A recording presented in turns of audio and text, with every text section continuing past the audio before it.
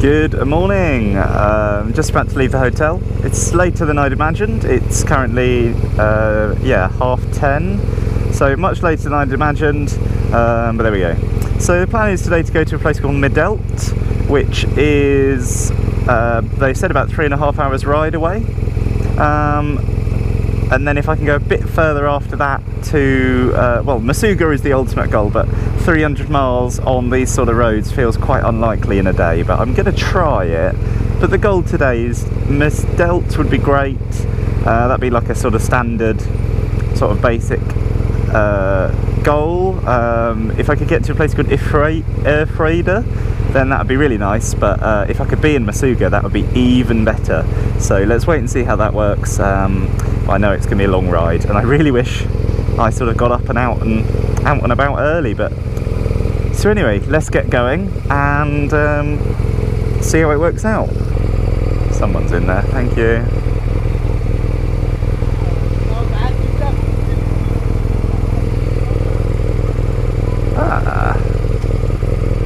Right, I think I'm going to have to go right then. Right again. Yeah, no entry here. Okay.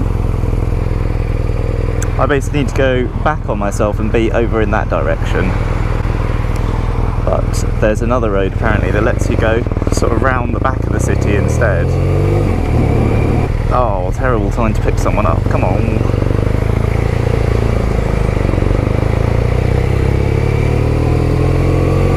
So it was right here, and then right on the first busy road. We're basically around the back of the hotel now. Okay.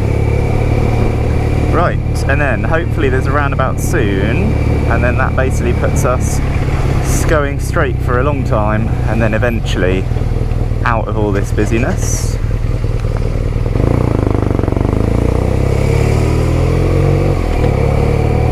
Yeah, so it would...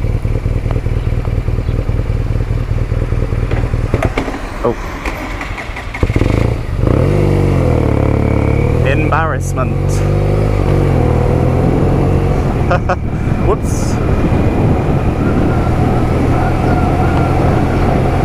I just caught it on a bad beat there, I think. I think I know how to ride. Okay, yeah, this is a roundabout, so we'll go straight at this. So as we're leaving Fez, I've got to be honest, most boring place in the world. I'm so sorry if you're from Fez. I went out for a wander in the evening, but it just did not feel welcoming, and it just didn't feel like there's anything going on, to be honest with you. So I decided Fez was not for me. I basically just stopped here for a little snooze and some food. The hotel was 36 quid. Cracking deal. So the guy at the reception last night was saying 650 quid, including breakfast, but that didn't quite feel right. And because I've booked so many... Oh, it's a school. Oh, sweet.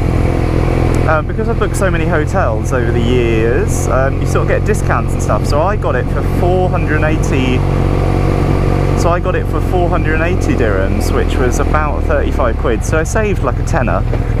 And then obviously dinner was about £12 for 2 courses.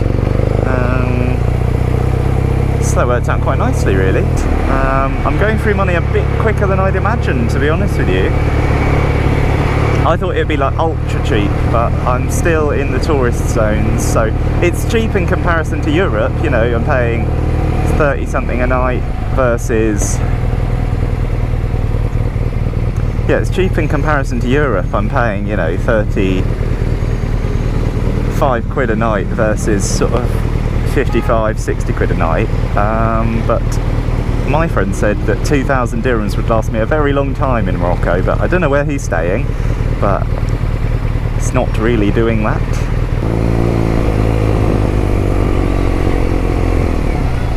So here we go, we are sort of leaving Fez now, going the N4 to Ifran, which then becomes the N13. So yeah, as I said before, I thought Fez is... I'm not very excited about Fez, to be honest with you. No reason? Okay, we'll be going around it.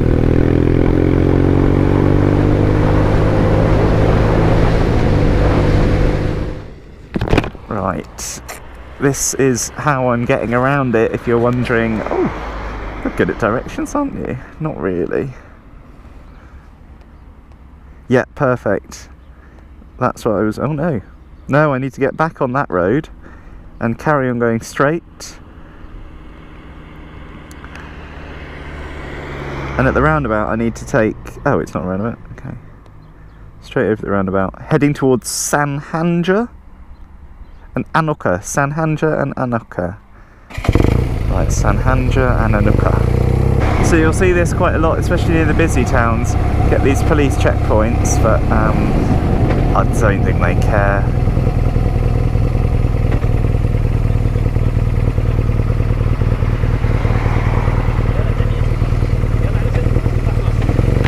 Bonjour. Bonjour. Bonjour, how are you? You okay? Thank you. The old classic. It's got the MP5 there. Whoa! It's not every day you see someone with an MP5. There's no major turns, I've just got to keep going straight, looking for signs for Ifran, and hope that works out. Right, I've just had a quick look. Although that way is one of the ways I saw on the map, it adds another 20 minutes. I would guess that's because it's very mountainous. And I think this shows up on the GoPro. And you see all these clouds just drifting across. And you see all this mist drifting across. I've had it before in Italy. It's freezing in that mist. So I'm not up for that today. I'm going to turn around and we're going to follow the N3. So it's about 50 miles away from this place called Boulemane. And yeah, that would put us roughly near the fuel light coming on, so I'll take the first opportunity for petrol. For the earlier ones I just didn't seem like I needed it, but there we go. It's so crazy round here, there's just nothing. Even the little shacks have disappeared. It's hard to know what to... Oh my god, oh, bumpy. Some of these bumps are really annoying because they just look like shadows, but then of course there's nothing here to give a shadow. Wow, this feels so remote.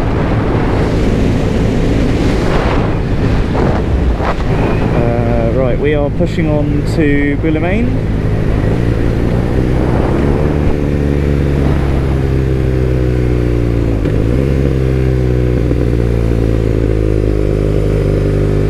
And we are risking it a bit. This is the type of thing I would really quite like the fuel canister for, so I'm going to be filling that up at the first opportunity. Just shut the bike off for a second. Welcome back. Very lovely place.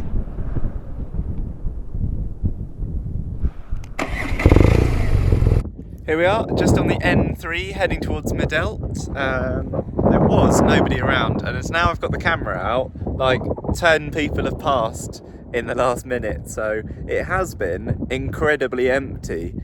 Just thought I'd give you a quick tour anyway. Here's the bike. Okay, so here's some dirt, and if you come around here, here's some dirt, and if you come around here, there's some rocks and some dirt as well. And if you come around here, more rocks, dirt and a road. This is like a tiny little farm.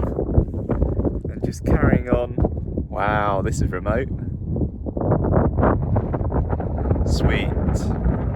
So I was talking about getting petrol. It looks like there's 2 or 3 petrol stations within the next 30 miles, so it doesn't feel like it. But according to the map, it is. And there are. So... gonna get back on the road now. I've had some water and yeah, fill up some fuel, fill up the fuel canister I think would be a great idea, and we'll carry on to Medelt.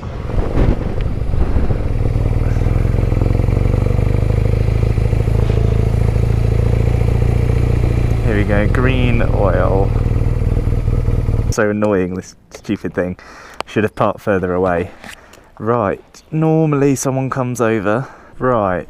I think it might be shut because another taxi just came in and the guy was honking for ages and nobody came out. No, hang on, all the pumps are switched off. Yeah, it's shut. Oh, it just goes to show as well, if you're coming to Morocco, don't do what I'm doing right now, which is just assume it's like the UK where everything's always open. Randomly, in the middle of the day. So that's all the cash I've got. And I found a 10 coin as well. Petrol wise, I've done 120 miles. I normally see my petrol light around the 150, 170 mark. The mobile phone signal's still quite good. Every so often though it says there's no signal, and then suddenly 4G comes in and all your notifications come through at once, so it must be a bit patchy. There's a bit of a delay, I think, but again, it's enough to get information that you need. Another thing I'm going to try and do today is, the only snacks I've got with me are chocolate biscuits, which of course in this heat is a terrible idea. So what I'm going to do today is try and find some snacks that aren't chocolate biscuits, even if it's literally like a packet of crisps, or sometimes you can get these sort of croissants in a packet. But just thinking, I haven't seen a cafe or tourist for hours now, and I know I'm just getting paranoid because I've got everything I need for a while now, but it's nearly 1 o'clock, so just thinking if I do get hungry, then it would be good to have something that isn't all horribly melted. I mean, I'll eat it anyway, of course. I ate those biscuits. I've got half a pack left.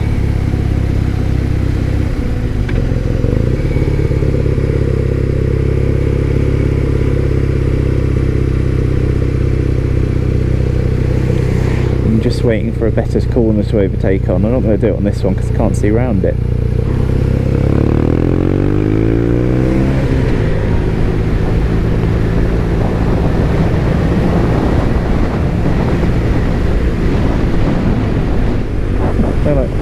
Okay, I've just seen 2 tourists, so there's that.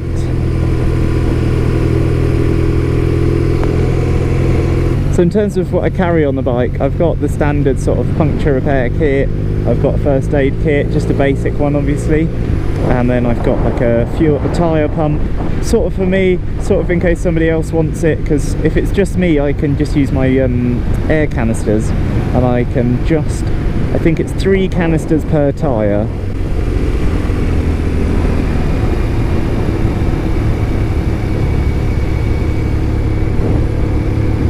So cool.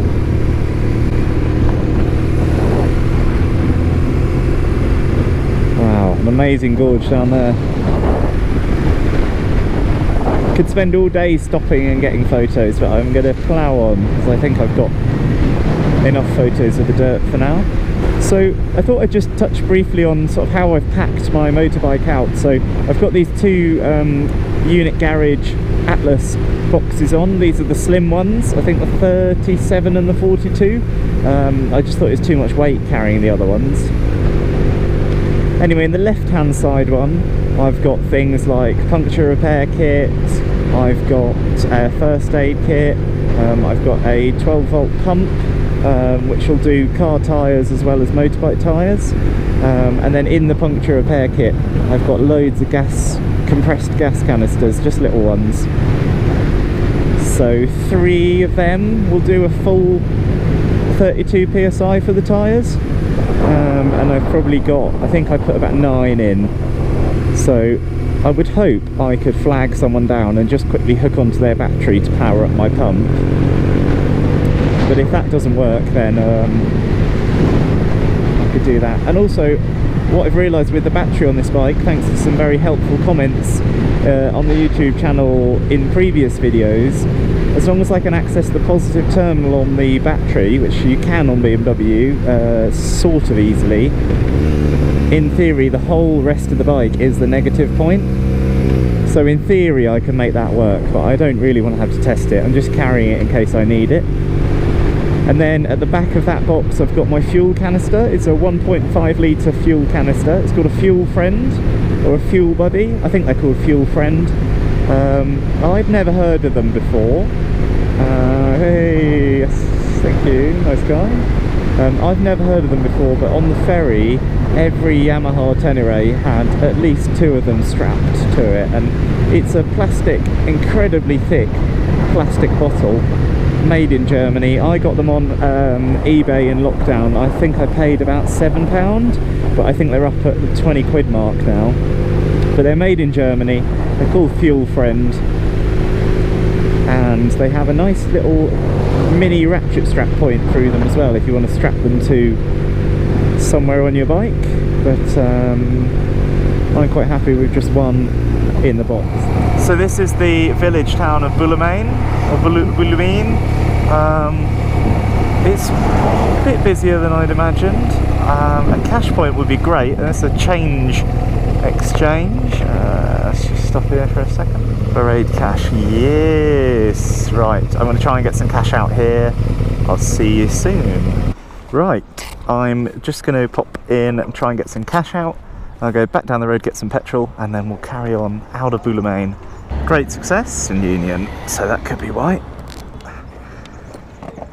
So the plan now, just going to quickly go down the road to that petrol station, fill up the canister, and we will carry on our merry way. We have got Sans Plomb done. That was a full tank, although the bike's quite on a lean, so I don't think it was. 15 litres for 150 dirhams, plus 1.5 litres in here for the fuel can. So short of a cafe, that's everything done. One thing I did notice, although obviously it was a bit too late to tell the guy, was he's filled my fuel can right up to the rim. And obviously there needs to be a bit of a space in there for expansion. So what I'm going to do when I get somewhere flat, I'll just quickly mid out, yeah. But that was really cheap. That was 15.5 litres for 150 dirhams. So that works out at this price. So yeah, not bad. Pleased with that. I've got a full bottle of water, full tank of petrol, and a full fuel bottle as well. Although seemingly you don't really need it, because the amount of petrol stations I've seen have been so frequent. So the plan now is not to kill any school children. So we're in the mountain town of Boulomane, and we're heading towards Midel. I think this is what the most of Morocco is going to feel like now, but it's beautiful. Massive gorge down there. I don't want to end up in it, so I can't look for too long, but there you go, enormous gorge.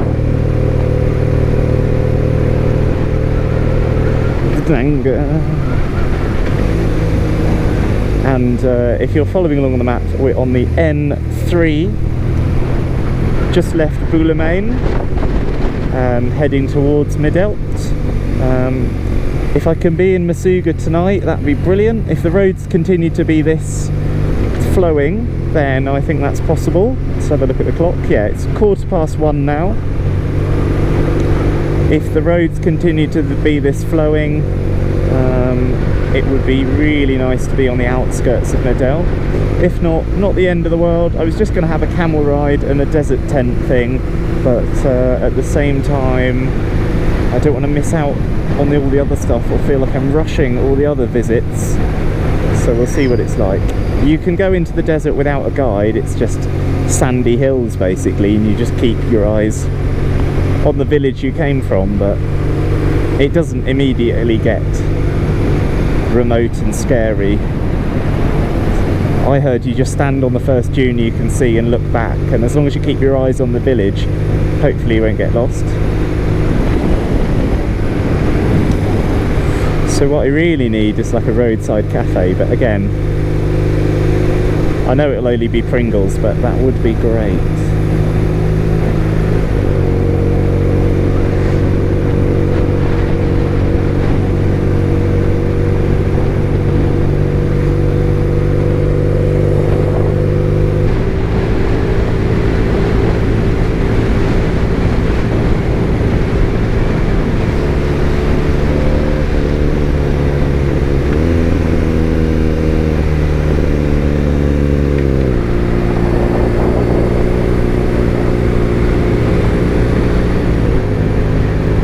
So if you were watching earlier, I thought Fez was probably the most boring place I've ever been. Maybe I just stayed in the wrong area, but it was really dull. There was nothing to do. Google suggestions were a bit dry.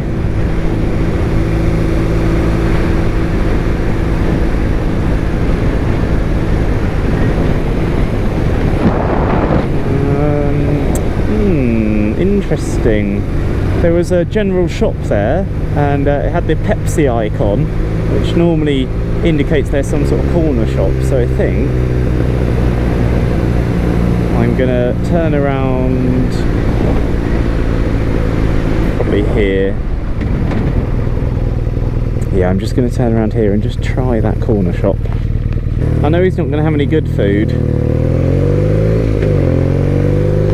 I could do with some sort of Pringles or one of those packaged croissant deals. So let's go try this corner shop, shall we? It was basically like a general corner shop. I spotted the Pepsi icon, so at least he'll have some Pepsi to drink. Corner shop. Yeah, he's got packets of crisps and things, so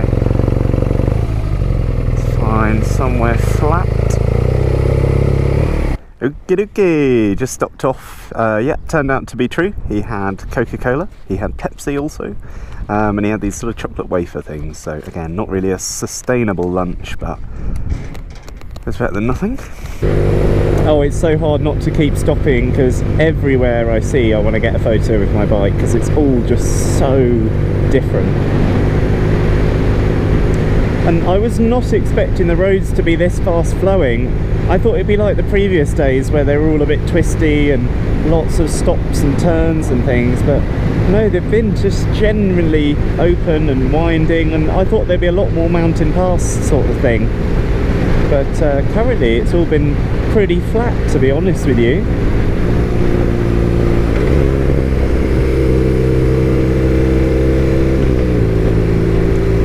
So I've been having a look at sort of things that have been filmed in Morocco, and there's obviously a great selection of films. James Bond, there's a train that runs through the desert. They filmed James Bond here. They filmed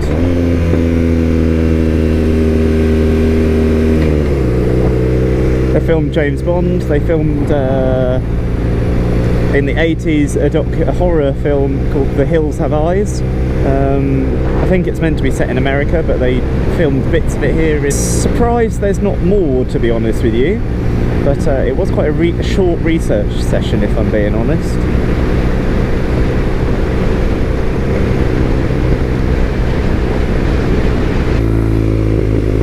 So I'd say the signposting's mostly pretty good, to be honest with you. There's just not a lot of roads. Oh, look at that going off into the distance. Wow. What a stunning place. I've also felt like my face was getting particularly dry, so I've splashed on some sun cream. It's the first time on the trip I've slapped some on, and actually I've got to say it does feel very, and actually I've got to say it feels much better having sun cream on. I'll try and show you in the mirror, but I've got one of these Arai Tour X4P. Now obviously speed wise I could go faster, but every so often there's big gravelly sections, and there's also massive potholes, and timing wise we're doing alright at the moment. It's just about to hit 2 o'clock soon. Again, ignore that clock, but it's nearly 2 o'clock. We seem to be doing alright so far, so I'll see you soon. Whoa, just finished that stretch of road. I felt like the road runner there. That was amazing. Just cutting through absolutely nothing. And if you're thinking about doing that for yourself, that was the R503.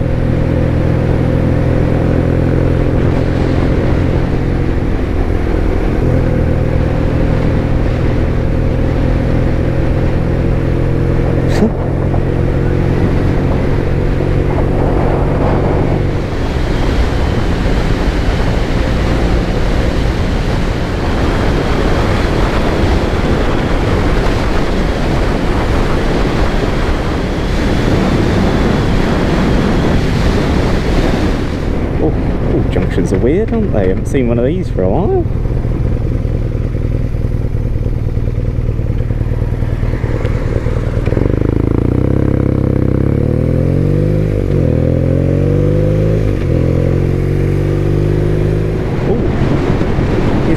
light has come on. What does this mean? Braking? I think there's a brake light, yeah. Oh, brilliant. So it's Medelt and then a place called Urich. And I will overtake this guy. Right, just coming into a little place called Dizinda now.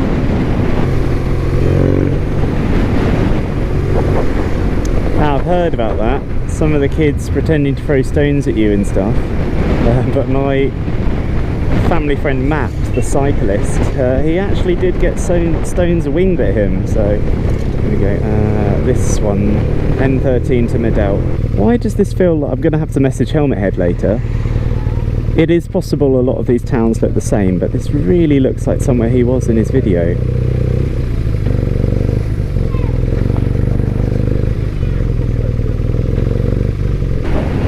Well, that was a nice, very, very busy little village. There was some good stuff cooking, but I'm sort of past the point of some lunch now, I think. God, I've not had this experience before.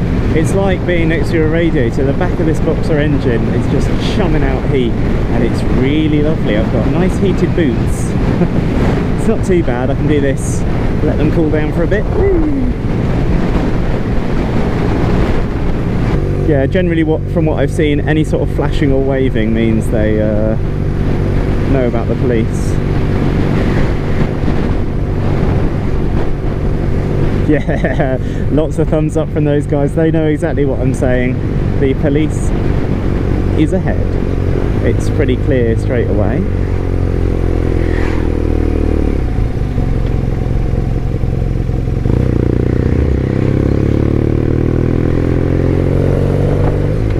And yeah, the only things you can do in situations like that is slow down and get ready to stop, because I think they all think they've got faster cars than they actually do, because neither of those overtakes looked like they were going particularly well. So here we are in Medelt, and what I really could do with is some sort of little cafe or something, but I'm going to push on to the centre, and I'm sure I'll find something. And funny feeling they might grow apples here, I can't think why. Yeah, we'll give this Petite Jardine place a try, shall we? Let's see if he's got anything on offer.